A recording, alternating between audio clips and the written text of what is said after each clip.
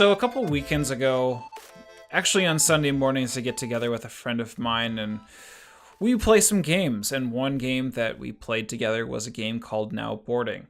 Now Boarding is a game by Tim Fowers.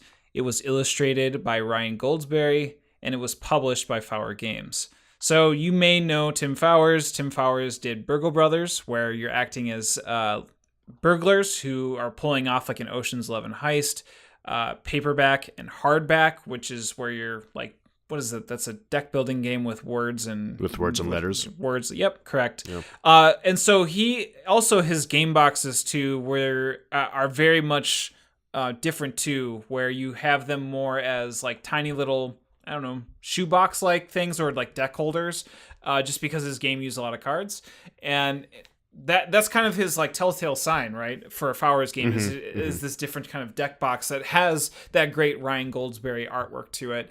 But Now Boarding is actually, your kind of standard game where you are cooperatively working together as airline companies trying to get passengers from wherever they are in the United States to different hubs in the United States. So to play this game, what you have to do is you have to lay out this board, and on the board is the continent of the United States of North America. And you have all the different hubs. So you have like Chicago, JFK, Atlanta, DFW, Denver, San Francisco. And you have little routes that are going from all these different sorts of hubs. So Atlanta gets connected to Denver, Denver's connected to Seattle, Seattle connects all the way to JFK, et cetera, et cetera. There are little white dots as this path trails to each specific hub, where they're either white dots or they are dots of the specific airline, which is each player essentially. And any player can move on any white dot, but unless if you are the airline or purchase the airline, you can't move on any other airline's route. So again, the objective of the game is there are going to be passengers that appear at different hubs. And together you're working on essentially getting to the hub, picking up the passenger, bringing that passenger to that hub, and scoring money.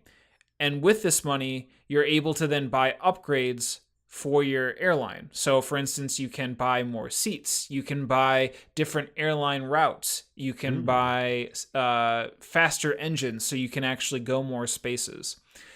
And when you do this, you talk and you say, okay, we have this passenger at JFK, we have this passenger at Seattle, and this passenger at JFK needs to get to Chicago, and the passenger at Seattle needs to get to LAX. So I'm going to go ahead and, go from Atlanta to JFK, pick that guy up, and then you're going to go to San Francisco to Seattle, and then go down to LAX.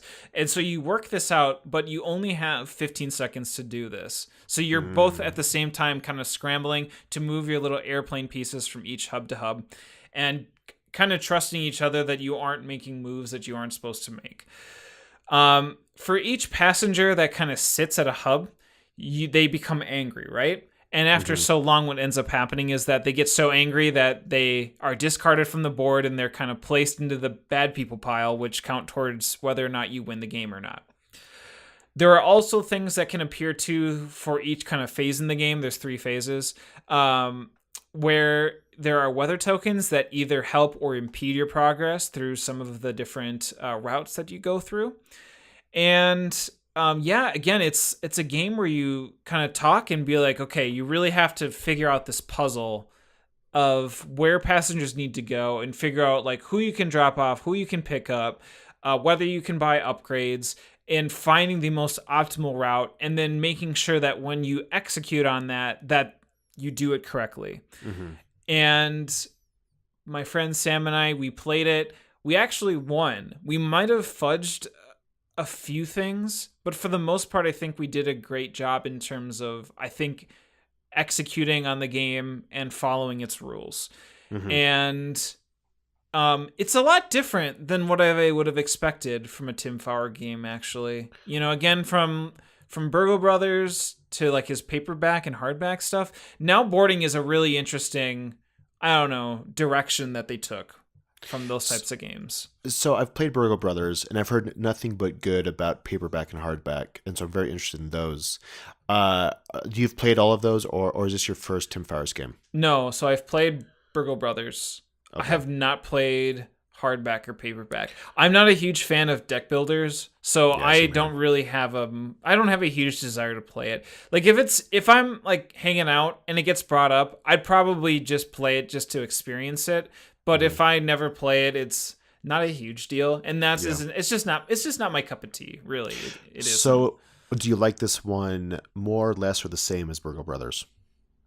This game is a lot easier to play than Burgle Brothers. Burgle Okay. Brothers is a little bit fiddly Mm-hmm. because Mm-hmm. you have all of the, so Burgle Brothers is essentially 9 tiles per floor and you have 3 floors, so it actually takes up a lot of table real estate, Yeah. and you're kind of flipping cards, and it's a really intuitive game, but there's a lot there. But once you kind of get into it, it gets a little bit easier. But it's a lot that's in front of you now. Now boarding is a little bit more consolidated, a lot easier to pick up. But honestly, it didn't have it for me. It just Yeah. didn't have that for me to really like want to go in and play it again. So, in general, are you a fan of co-op games, or do you prefer competitive games? I like co-op games. I like Okay. co-op All right. games a lot. Yeah, like games like Forbidden Island, Pandemic, those types of games, they are Mm-hmm. prone to quarterbacking, right? Right. Quarterbacking being a player can sometimes see those optimal moves and kind of tells players, if you move here, I'm going to move here, and then we can accomplish A, B, and C. So it feels like just one person is playing. Right, right. So you're Yeah. just essentially, moving the chits around the board, and that's that. And I feel as though my relationship between Sam and I, in that we don't have that kind of mentality, like we're both able to kind of spout our ideas and have it be like, oh yeah, that really makes sense, and we're able to kind of both contribute equally. Mm-hmm. But I have played with players that do just have that ability to just kind of see a lot faster optimal routes in the game, Yeah. and it's fine, it's cool. So I don't really like co-op games. I've never really found, well, okay, I'll take that back. I don't like most co-op games. I've never been a fan of Pandemic. I may be the one person who doesn't like that game. It's okay. Yeah, it's fine. I love Robinson Crusoe. I absolutely love that game. I really need to And play that game. oh, you do. I Like, have the it's fourth so good. edition. I have the fourth edition on my shelf. I need to play it. My first edition got destroyed in a flood. That's a story for Oh, another day. But it was a good excuse to get the new version. But the other co-op game that I like that doesn't have quarterbacking at all, what's that small card game from Simon about World War One? the Grizzled. The Grizzle, thank you. That one's also great because you don't know what everyone is or what cards they're holding, so there really is no quarterbacking. Yeah. And so that's also fun. I also like Besieged, which is another Simon game. But other than that, like I seriously have never found a co-op game that I really like or that I have a desire to play. I do have Burgle Brothers, and I liked it. I just don't really have a desire to play it again. It's just not my type of game. I really need to have a better relationship with co-ops because I see a lot of value in them, and I think I have a lot of friends who would enjoy them a bit more than the competitive games. I just need to find one that kind of works for the group. How much of Imperial Assault did you play? Any of the campaign missions for Imperial Assault? Oh yes, we played a full campaign where I was the Overlord. It's not Okay. called the Overlord in that one. Anyway, I was the dark side, and I loved that game. But still, I was the one person that everyone was against. So Okay. I loved that part. I don't really have a desire to play it with the app for that same reason. I'd rather, I don't know, like I just honestly with that, since it is Star Wars, I probably would try a whole campaign on the app. I've heard it's just fantastic. It's yeah, I don't know.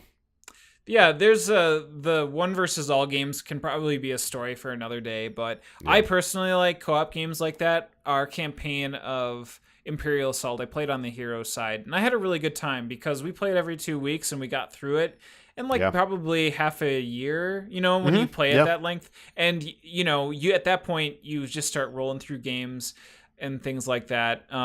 So I enjoy games like that. I think they're really cool. And with now boarding, I think it was a really kind of cute, novel idea.